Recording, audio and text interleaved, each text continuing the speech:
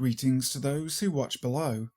Today we're going to be taking a look at some more terrifying creatures from folklore around the world.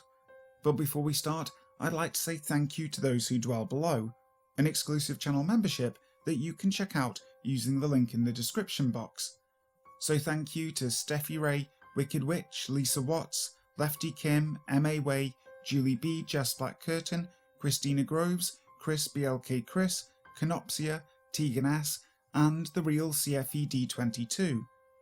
Also, if you like today's video, make sure to leave a like. Or if you really like it, you can leave a super thanks as well. Also, if you haven't already, please subscribe to the channel, making sure to hit that notification bell so that you never miss a video. You can also find me on Facebook, Instagram, and over at the creepypasta.com official YouTube channel. But for now, sit back, relax, and enjoy. La Cegua. La Cegua, also known as Cegua, is a character from Central American legends, a spectral being who materializes at night on lonely roads, asking for help to take her to a nearby town. The ghost usually appears to womanizing men in the form of a very beautiful woman, which later transforms into a monster with the head of a horse. Once, a young lady who was known for her recklessness indulged her life with parties. Her mother saw what she did and tried to stop her. Before the young lady could slap her mother, a repulsive black arm held the punch, cursing her to become the repulsive spectre that she is today. La Cegua is a sinister entity known for attacking lonely men, first by using her charm and later scaring them when they see that they brought a gruesome spirit inside their car, which will murder them in a gruesome, agonizing, and terrible manner. The only known way to defeat her and escape alive is using mustard seeds and throwing them in front of her. She will begin to pick them up, and in that moment, the victim can run and escape. Known as a dreaded figure, she haunts the lonely paths of Central America. Before she turned into a monster, she was known for being cruel, cold, and reckless. After being cursed, she developed the true monster that was inside of her, willing to kill whoever got in her way. La Cegua is one of the few spirits of Latino American legend that is known for being both feared and respected. The Strzyga.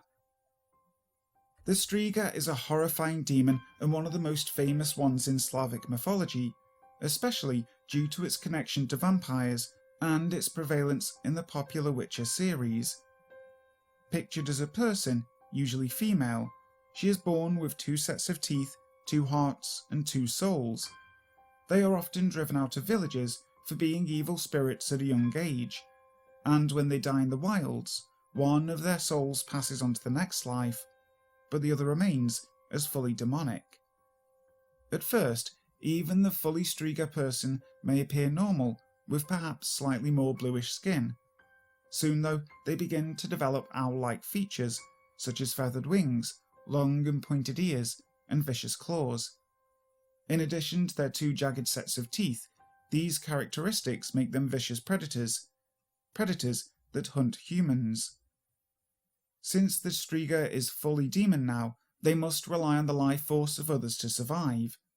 They sleep in graves during the day and emerge at night, and though they can initially survive on human blood for some time, they will soon develop the need to ravage humans.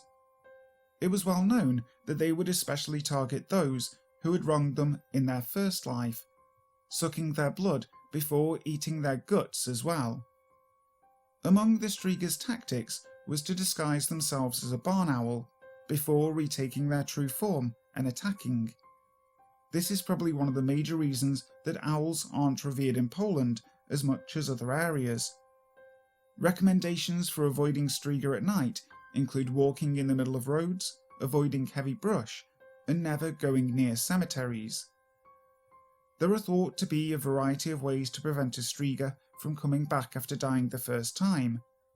Burning the body and decapitating the corpse were usually the most popular options, but this is Slavic folklore, so there are wilder ones, such as leaving small objects in the grave for the Strzyga to count, slapping the corpse with your left hand, or burying the corpse head down and cutting the tendons in their legs. So, if your friend has 2 sets of teeth and 2 hearts, then it's probably best to treat them well so they don't come after you in their next life.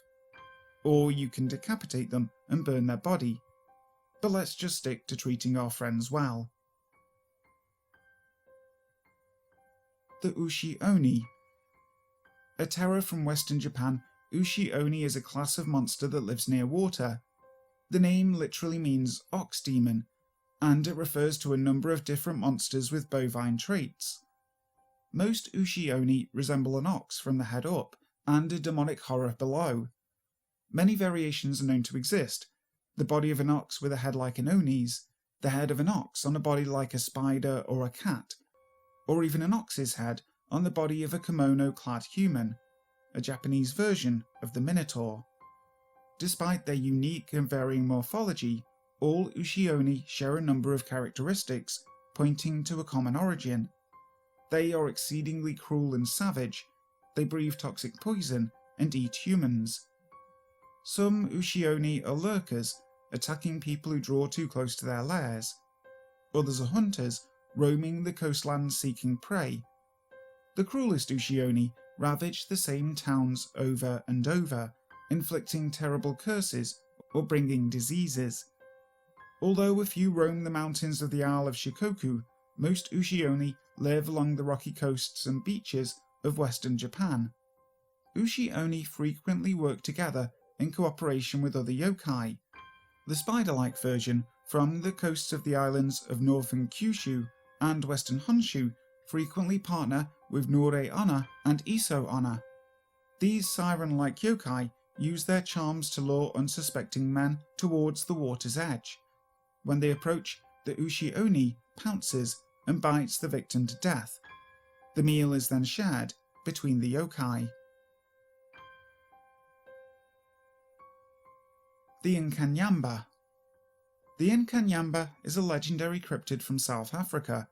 It lives by waterfalls and is most commonly seen at Howick Falls in South Africa. This creature resembles a snake, except for the head, which looks like that of a horse. The Inkanyamba is aquatic and lives in lakes and waterfalls. Some suspect it to be a giant species of eel or snake. This creature is said to be over 20 feet long. Accounts of these animals actually date back to Aboriginal cave paintings found throughout the area. These paintings depict creatures which archaeologists have come to refer to as rain animals due to their association with vicious summer storms. Believed by most investigators to be a large species of freshwater eel, such as the Anguilla mosambica or the Anguilla marmorata, both of which can grow to a respectable length of about 6 feet. The natives of the area insist that the Inkanyamba are much larger and bear some decidedly supernatural characteristics. As recently as 1998, residents of the Ngwavuma and Pongola regions blamed the violent Inkanyamba for a brutal storm in which thousands of people lost their homes. This ancient connection with the Inkanyamba in severe meteorological events is due to the fact that the animal is rarely seen during the summer months. According to traditional beliefs, it takes to the sky annually in the form of a giant tornado in order to find a mate. Suspicions aside, the absence of it during the summer months is indicative of the long-held Zulu assumption that these creatures are migratory in nature. In fact, these animals have been spotted in the Makomazi River, which is about 44 miles south of Howick Falls, as well as the waters pooled around the Midmar Dam. There have also been eyewitness reports hailing from smaller dams near farms in the Dargle area of the Midlands. Even more intriguingly, there have been occasional reports of 2 Inkanyamba engaging in vicious aquatic battles over what one must assume is an issue of territory. Other witnesses have claimed to have seen fleeting glimpses of mating rituals. The animals first claimed international attention in 1996, when a local newspaper offered a reward for anyone who could produce photographic evidence of the creature. Although 2 photographs were published, neither one gave any clear indication of the animal's appearance. these images only served to fuel the fierce controversy surrounding the existence of these creatures. Just a year later, a similar controversy raged regarding the reality of another large aquatic predator. Locals there claimed that they were under siege by a huge crocodilian creature with a long neck and a skull-piercing proboscis, dubbed the African brain-sucker. In May of 1996, yet another flurry of media attention responded to the rumour that the South African government was planning on capturing the Inkanyamba that lurked beneath Howick Falls to transplant it into an environmentally protected area. Local Zulu were outraged by the plan, petitioning their local council for an intervention, though not for the same reasons that PETA members might expect. The residents were terrified that the expedition sent to capture the beast might not be prepared to deal with the vicious disposition of the creature, and that the resulting carnage might spill over into the local villages unless the Inkanyamba's rage could be abated. The most recent reports indicate that the South African government has reconsidered the wisdom of challenging these mighty semi-aquatic beasts on their home turf. The Lone Pine Mountain Devil. The Lone Pine Mountain Devil is a winged carnivore of North American folklore. Some believe it to be a West Coast relative of the New Jersey Devil. One early account by a priest described them as winged demons sent from the depths of hell. Also referred to as the California Mountain Devil, the animal is said to be a bat-like creature or cryptid believed to inhabit the wilderness and mountainous regions of the American Southwest and northern Mexico. The Lone Pine Mountain Devil is usually described as a large, furry, multi-winged creature with razor-like talons and multiple layers of deadly, venomous fangs. The scientific community considers the Lone Pine Mountain Devil to be a combination of folklore and misidentification, rather than a real creature. Since 1928, there have not been any significant or credible sightings of the Lone Pine Mountain Devil, and there are no existing images of the creature caught on film. Early settlers, including the 49ers, began spreading tales of the creature's existence after numerous coyote and bobcat carcasses were found in the rough desert and mountain wilderness of the Southwest in the mid-19th century. It is not known who first coined the name Lone Pine Mountain Devil, but the Mountain Devil became legend as the settlers told each other tales of finding entire convoys of adventurers, families, and gold prospectors who had been murdered, their faces left unrecognizable, and their torsos appeared to have been eaten clean to the bone. Since the early 1900s, sightings have dropped significantly. Some attribute the massive population influx of the early 20th century to the regions of Southern California, as to the disappearance of this alleged beast. According to the North American Cryptozoology Center, Lone Pine Mountain Devils only attack creatures who disrupt the ambience and inner peace of its natural habitat. Believers of the creature's existence see the devil as a keeper of the peace of sorts, of the sanctity of the natural wonders of the region. They view the mountain devil's normal foods of prey, coyotes, bobcats, and humans, to be those who destroy the natural elements of the region and do not contribute to the regeneration of the forest. One popular rumor states that those who disrespect nature, the wilderness, or even the existence of the devil are targeted as prey by the creature. The best known documentation of human interaction with the Lone Pine Mountain Devil came in 1878, when a stagecoach train of Spanish settlers disappeared in the Sierra Nevada mountains. A group of 37 settlers vanished without a trace for 2 months, after which their rotted corpses were discovered by a team of copper miners. Weeks had passed since their scheduled arrival at a missionary about 110 miles north of San Diego, when a lone priest, Father Justus Martinez, approached the mission. He was weak, thirsty, and hungry.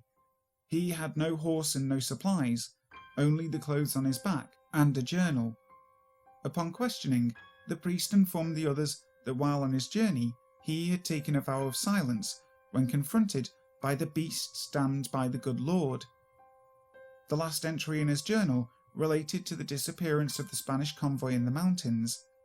In it, he describes the settlers, weary from their cross-continent journey, taking part in a celebration to honour Saint Roderick.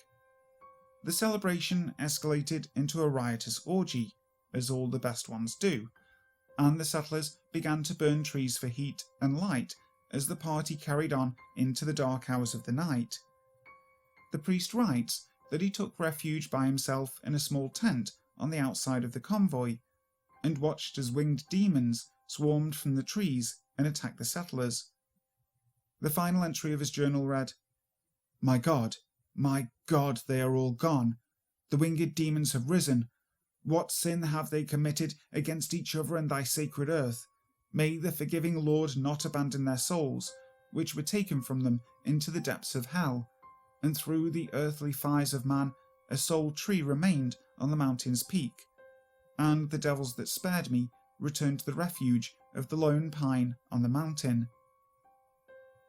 After years of decline, the new millennium has seen a sudden jump in mountain devil sightings. California cryptozoologists have stated that they have recorded an exponential rise between 2003 and 2010. Hi guys, thank you so much for listening to today's video. I really hope you enjoyed it. If you have a cryptid you'd like me to take a look into and cover on the channel, make sure to let me know. Also, if you have a story you want to share, then please send me an email and I'd be more than happy to share your story. So, until next time, sleep tight.